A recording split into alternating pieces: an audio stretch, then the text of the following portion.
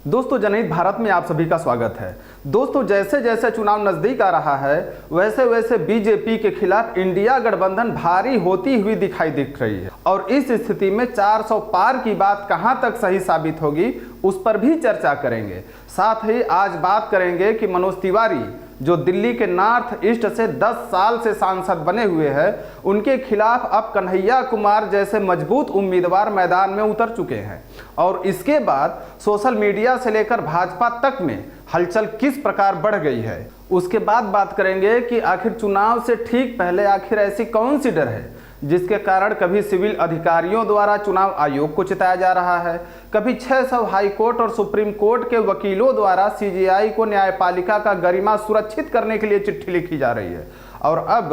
21 retired जजों द्वारा मुख्य न्यायाधीश को पत्र लिखकर न्यायपालिका को बचाने की गुहार लगाई जा रही है। साथ ही चर्चा इस बात पर करेंगे कि देश के जाने माने अर्थशास्त्री और गैर बराबरी आर्थिक समाज का समझ रखने वाले अमर्त्य सेन के बातों का, जिन्होंने खुलकर बोला है कि वर्तमान में गरीबी, बेरोजगारी और महंगाई से देश की जनता त्रस्त है और अगर समय से लोग एकजुट होकर देश और लोकतंत्र के हित में सक्रिय नहीं होंगे तो इसका भुगतान बहुत महंगा पड़ेगा। और क्या कुछ और भी गंभीर बातें कही है इस चुनाव को लेकर, इसकी संपूर्ण जानकारी आपको देंगे। तो चलिए सबसे पहले बात कर लेते हैं मनोज तिवारी की। दोस्तों, वही मनोज तिवारी जिनसे रोजगार पर सवाल पूछने पर राम मंदिर की चर्चा करने लग जाते हैं, जिनसे महंगाई पर बात करने पर धारा 370 और पाकिस्तान न जाने कहां कहां की बात करने लग जाते हैं। दोस्तों, वही मनोज तिवारी जिनका वीडियो कुछ दिन पहले आज तक की एक महिला एंकर के साथ मोटरसाइकिल पर गाना गाते हुए वायरल भी हुआ था, आज उन्हीं मनोज तिवारी के सामने गरीबी, बेरोजगारी और महंगाई जैसे मुद्दों का मसाल लिए कन्हैया कुमार आ गए हैं। कन्हैया कुमार का कहना है कि हमारे सामने कोई व्यक्ति महत्वपूर्ण नहीं है बल्कि मुद्दे महत्वपूर्ण है और 10 सालों में उन्होंने गरीबी, बेरोजगारी और महंगाई जैसी समस्या को कितना दूर किया है, इसका जवाब हम उनसे लेकर रहेंगे। कन्हैया कुमार ने यह भी कहा है कि बीजेपी के लोग भटकाने का बयान देते रहेंगे लेकिन हम इधर उधर की बातें नहीं करेंगे और रोजी रोटी, कपड़ा, मकान जैसे मुद्दों पर ही टिके रहेंगे। कन्हैया कुमार के वाकपटुता और हाजिर जवाबी व्यवहार से पूरा देश वाकिफ है और कहीं न कहीं मनोज तिवारी के लिए यह चुनाव बहुत बड़ा मुश्किल होने वाला है। दोस्तों, 14 अप्रैल को 21 रिटायर्ड जजों ने सुप्रीम कोर्ट को पत्र लिखकर कहा है कि न्यायपालिका को कमजोर करके कुछ लोग राजनीतिक फायदा लेने की कोशिश कर रहे हैं और न्यायपालिका पर उल्टा सीधा बयान देकर और न्यायपालिका से संबंधित गलत सूचनाओं को फैलाकर तथा सार्वजनिक रूप से अपमानित करके दबाव बनाने की कोशिश कर रहे हैं। इससे न्यायपालिका को बचाने की जरूरत है। आपको बता दें कि 21 जजों में से 4 जज सुप्रीम कोर्ट से रिटायर्ड हैं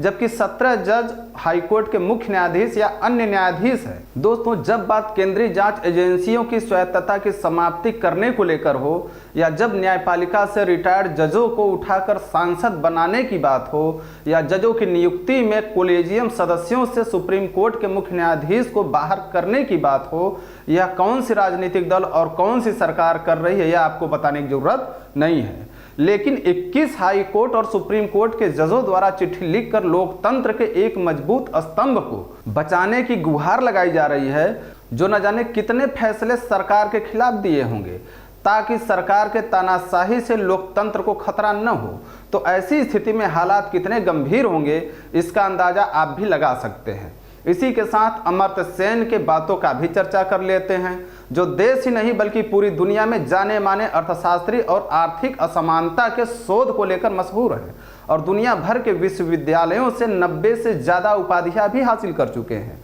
उनका मानना है कि केवल हिंदू पर फोकस करना देश के अन्य लोगों के साथ धोखा करना है और अयोध्या, राम मंदिर तथा CAA के जरिए चुनाव में ज़्यादा सीट हासिल करने का विचार भी देश और लोकतंत्र के साथ एक विश्वासघात है। भारत एक धर्मनिरपेक्ष संविधान वाला एक धर्मनिरपेक्ष देश है, लेकिन देश में भारत का शासक वर्ग अमीरों के हितों का ख्याल ज़्यादा रखता है, जबकि निरक्षरता, खराब स्वास्थ्य व्यवस्था और लैंगिक असमानता के कारण देश का विकास धीमा है और गरीबों का प्रगति करना भी मुश्किल हो गया है। अमर्त्य सेन ने दोबारा बीजेपी के सत्ता आने पर संविधान बदलने पर भी संदेह जताया, लेकिन साथ में यह भी कहा कि बहुसंख्यक धर्म विशेष के कारण संविधान संशोधन किया जा सकता है, लेकिन इसका भारत के आम लोगों को कोई फायदा मिलने वाला नहीं है, भले ही वो हिंदू ही क्यों ना हो। अमर्त्य सेन ने विपक्षी गठबंधन को और सुधार की जरूरत बताई तथा देश के हित और लोकतंत्र के हित में एकजुट होने की बात भी कही।